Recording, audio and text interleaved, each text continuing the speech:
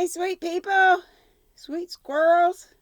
I tried to do this morning. I was half asleep and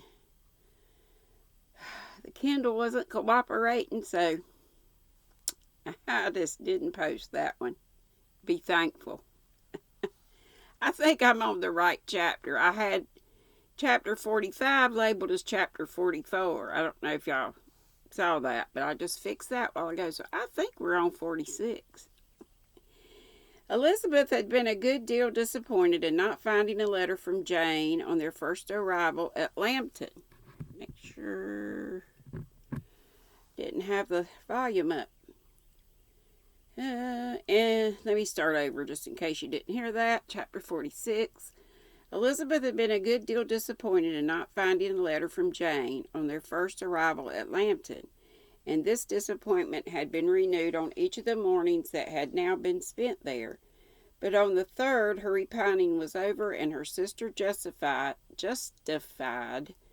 by the receipt of 2 letters from her at once, on one of which was marked that it had been missent elsewhere.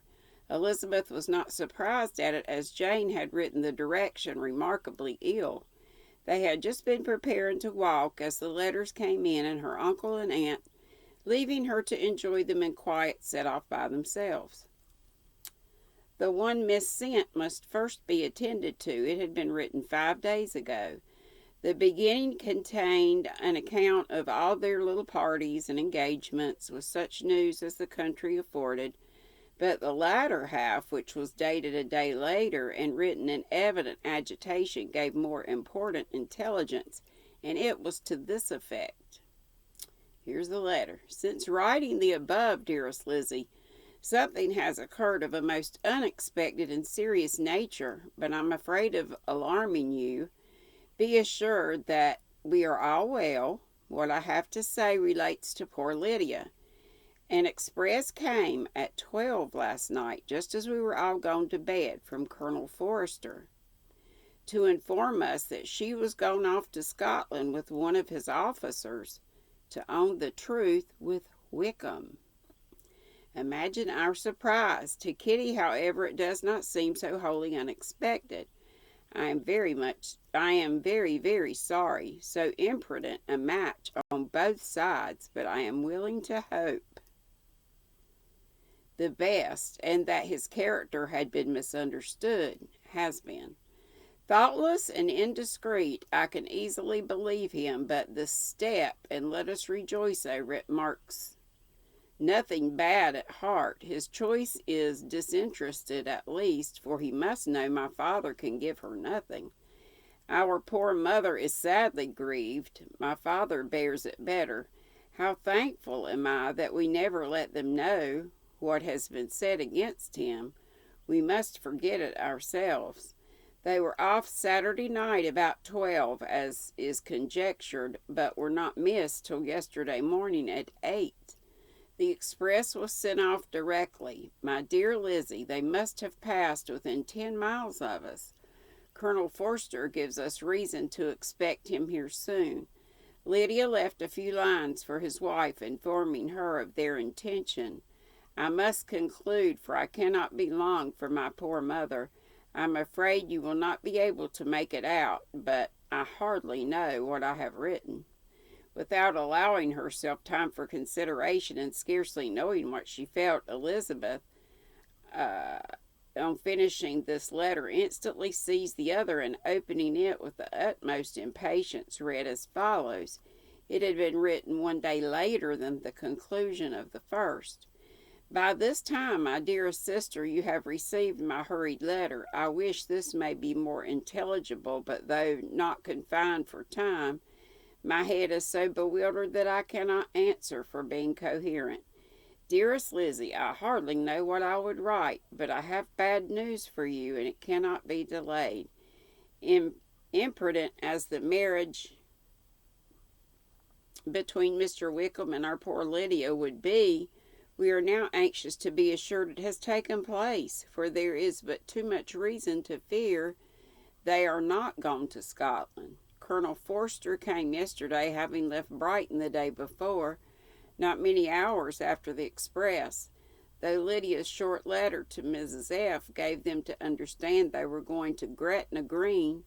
Something was dropped by Denny expressing his belief that W. never intended to go there or to marry Lydia at all, which was repeated to Colonel F., who, instantly taking the alarm, set off from B., intending to trace their route.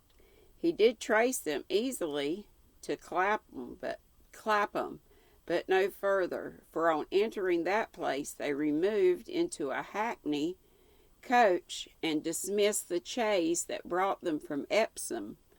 All that is known after this is that they were seen to continue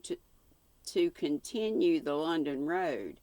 I know not what to think. After making every possible inquiry on that side, London, Colonel F. came on into Hertfordshire, anxiously renewing them at all the turnpikes and at the inns in Barnet and Hatfield, but without any success. No such people had been seen to pass through. With the kindest concern he came on to Longbourn and broke his apprehensions to us in a manner most credible to his heart. I am sincerely grieved for him and Mrs. F., but no one can throw any blame on them. Our distress, my dear Lizzie, is very great. My father and mother believe the worst, but I cannot think so ill of him. Many circumstances might make it more eligible for them to be married privately in town than to pursue their first plan.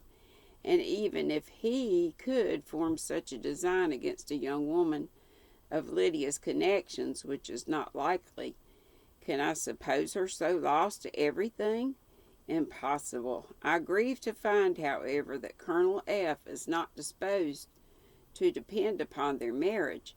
He shook his head when I expressed my hopes and said he feared W. was not a man to be trusted. My poor mother is really ill and keeps her room. Could she exert herself, it would be better, but this is not to be expected. And as to my father, I never in my life saw him so affected. Poor Kitty has anger for having concealed their attachment, but it was a matter of confidence. One cannot wonder. I'm truly glad, dear Lizzie, that you have been spared something of these distressing scenes. But now, as the first shock is over, shall I own that I long for your return? I am not so selfish, however, as to press for it, if inconvenient. Adieu. I take up my pen again to do what I have just told you I would not, but circumstances are such that I cannot help earnestly begging you all to come here as soon as possible. I know my dear uncle and aunt so well that I am not afraid of requesting it, though I have still something more to ask of the former. My father is going to London with Colonel Forster instantly to try to discover her. What he means to do, I am sure I not know, but his excessive distress will not allow him to pursue any measure in the best and safest way. And Colonel Forster is obliged to be at Brighton again tomorrow evening. In such an exigence, I don't think I can look that up on here. Maybe I can. Let's see if this goes any better. No, I don't think it's going to work. Okay, let me spell it, and maybe one of you guys can look at it. Now, what happened? Oh, here it is. Exigence, exigence. In such an exigence, my uncle's advice and assistance would be everything in the world. He will immediately comprehend what I must feel, and I rely upon his goodness. Oh, where is my uncle? Cried Elizabeth, darting from her seat as she finished the letter in eagerness to follow him without losing a moment of the time so precious. But as she reached the door, it was opened by a servant, and Mr. Darcy appeared. Her pale face and impetuous manner made him start, and before he could recover himself to speak, she, in whose mind every idea was superseded by Lydia's situation, hastily exclaimed, "I beg your pardon, but I must leave you.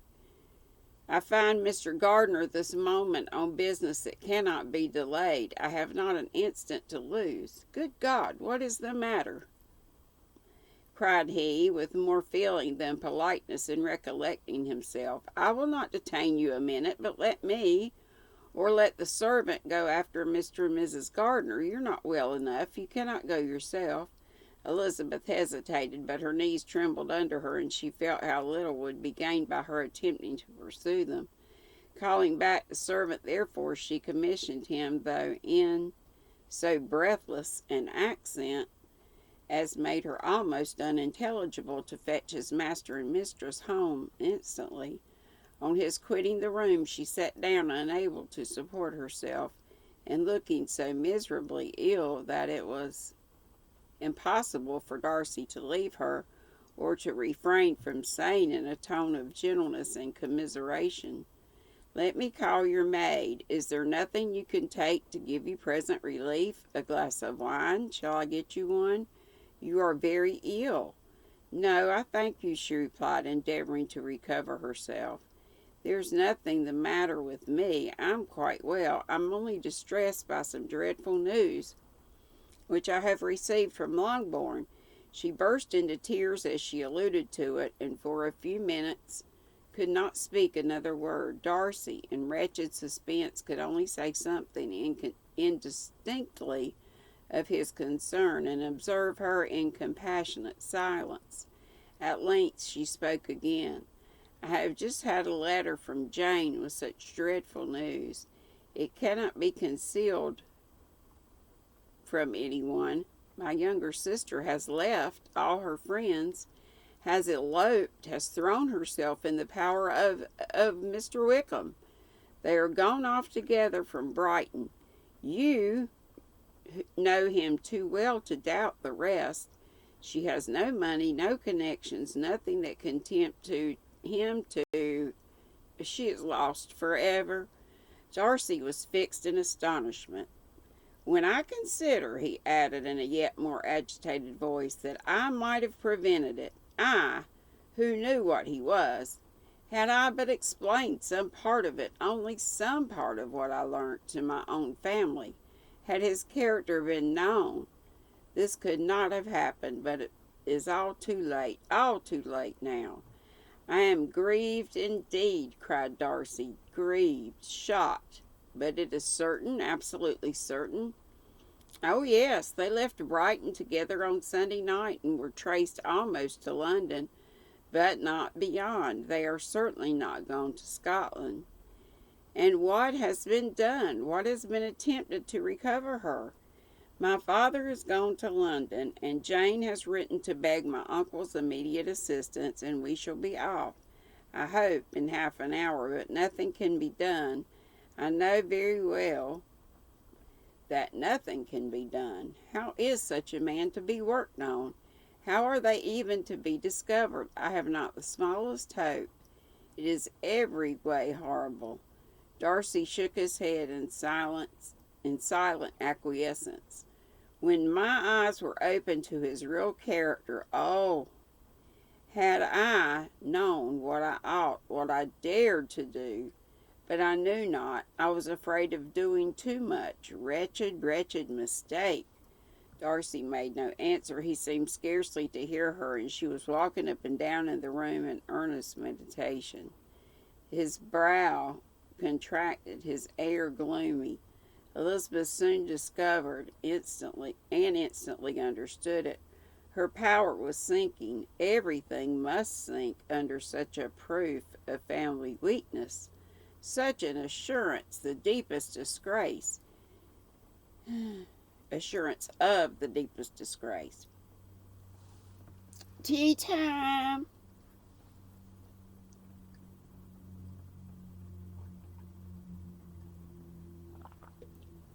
And I totally forgot to put my warmer on, so it's cold. Still good. What did I say last? Disgrace? Deepest disgrace? Think. She could neither wonder nor condemn, but the belief of his self-conquest brought nothing consolatory to her bosom afforded no palliation of her distress. It was, on the contrary, exactly calculated to make her understand her own wishes, and never had she so honestly felt that she could have loved him, as now, when all love must be in vain. But self, though it would intrude, could not engross her. Lydia, the humiliation, the misery she was bringing on all of them, soon swallowed up every private care, and covering her face with her handkerchief, Elizabeth was soon lost to everything else, and after a pause of several minutes was only recalled to a sense of her situation by the voice of her companion, who in a small voice, which, though it spoke compassion, spoke likewise restraint, said, "I'm afraid you have been long desiring my absence, nor have I anything to plead in excuse of my stay, but real, though unavailing concern. Would to heaven that anything could be either said or done on my part that might offer consolation to such distress. But I will not torment you with vain wishes which may seem purposely to ask for your thanks.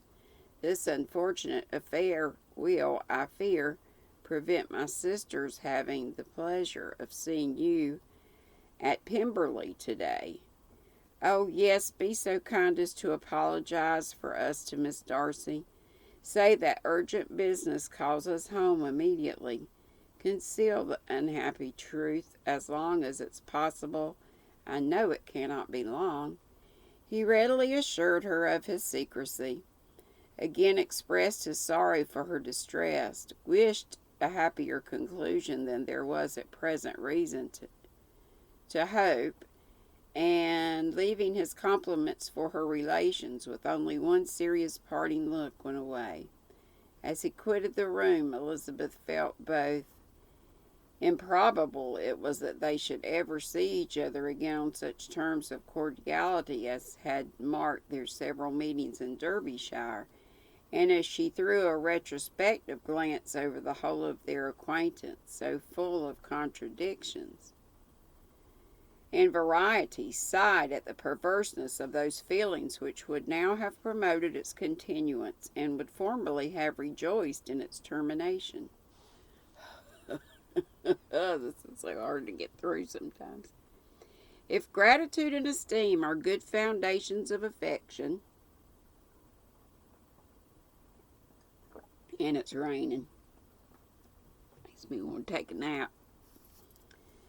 Of affection, Elizabeth's change of sentiment will be neither improbable nor faulty. But if otherwise, if regard springing from such sources as unreasonable or unnatural, in comparison of what is so often described as arising on a first interview with its object, and even before 2 words have been exchanged, nothing can be said in her defense except that she had given somewhat of a trial to the latter method in her partiality for Wickham, and that its ill success might perhaps authorize her to speak the other, less interesting mode of attachment.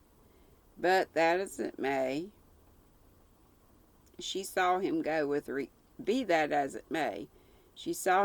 regret, and this early example of what Lydia's infamy must produce found additional anguish as she reflected on that wretched business. Never since reading Jane's second letter had she entertained a hope of Wickham's meaning to marry her.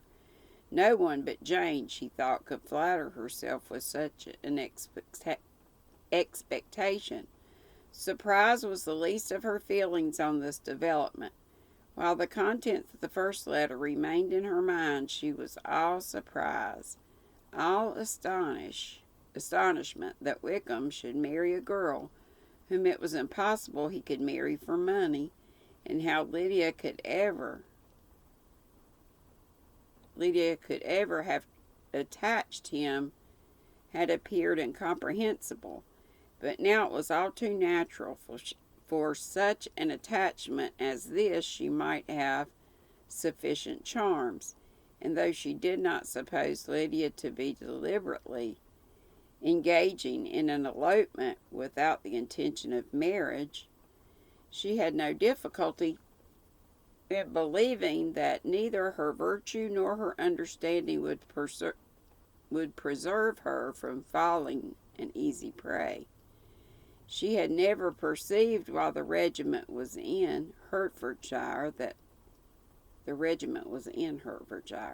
that Lydia had any partiality for him, but she was convinced that Lydia wanted only encouragement to attach herself to anybody. Sometimes one officer, sometimes another, had been her favorite, as their attentions raised them in her opinion.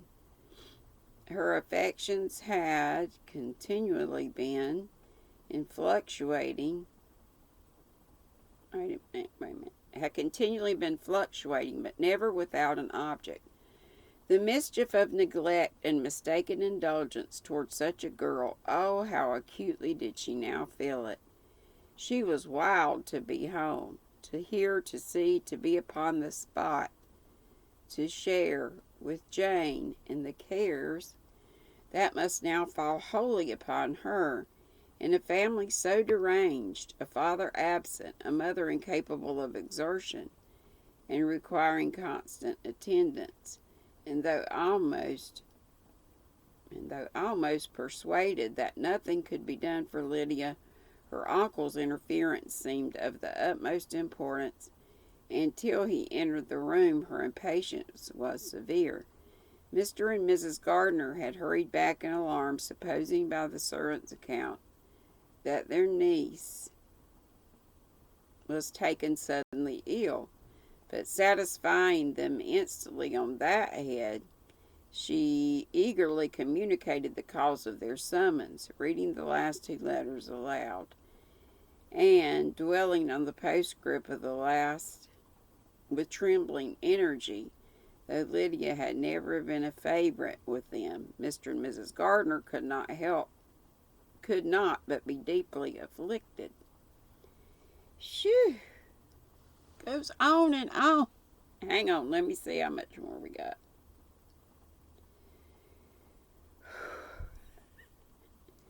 Not much. Let me see if I can get through it. Not Lydia only, but all were concerned in it, and after the first exclamations of surprise and horror, Mr. Gardner promised every assistance in his power. Elizabeth, though expecting no less, thanked him with tears of gratitude, and all three being actuated by one spirit, everything relating to their journey was speedily settled.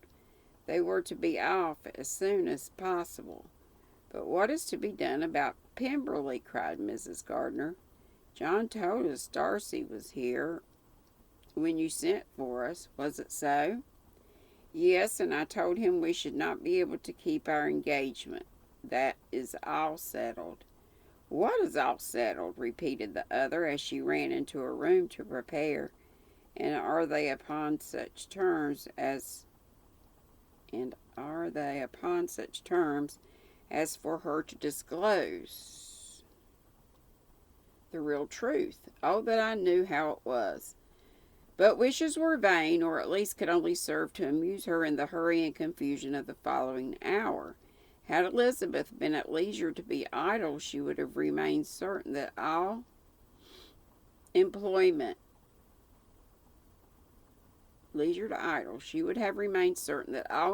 was impossible to one so wretched as herself.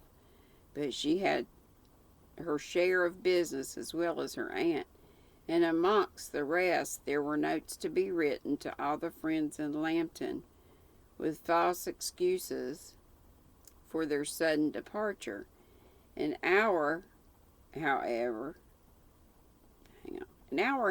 saw the whole completed, and Mr. Gardner, meanwhile, having settled his account at the inn, nothing remained to be done but to go, and Elizabeth, after all the misery of the morning, found herself in a shorter space of time than she could have supposed, seated in the carriage and on the long ride to Longbourn.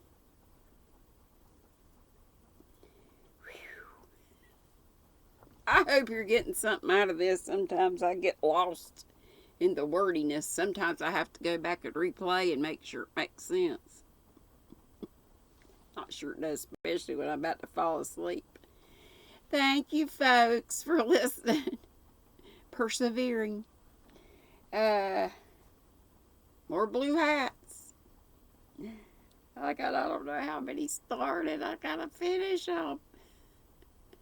Love you all. It's raining here. Perfect nap weather. And I think there's going to have to be one. Look at these eyes. Love you all. Be sweet. Don't be ugly. Love ya.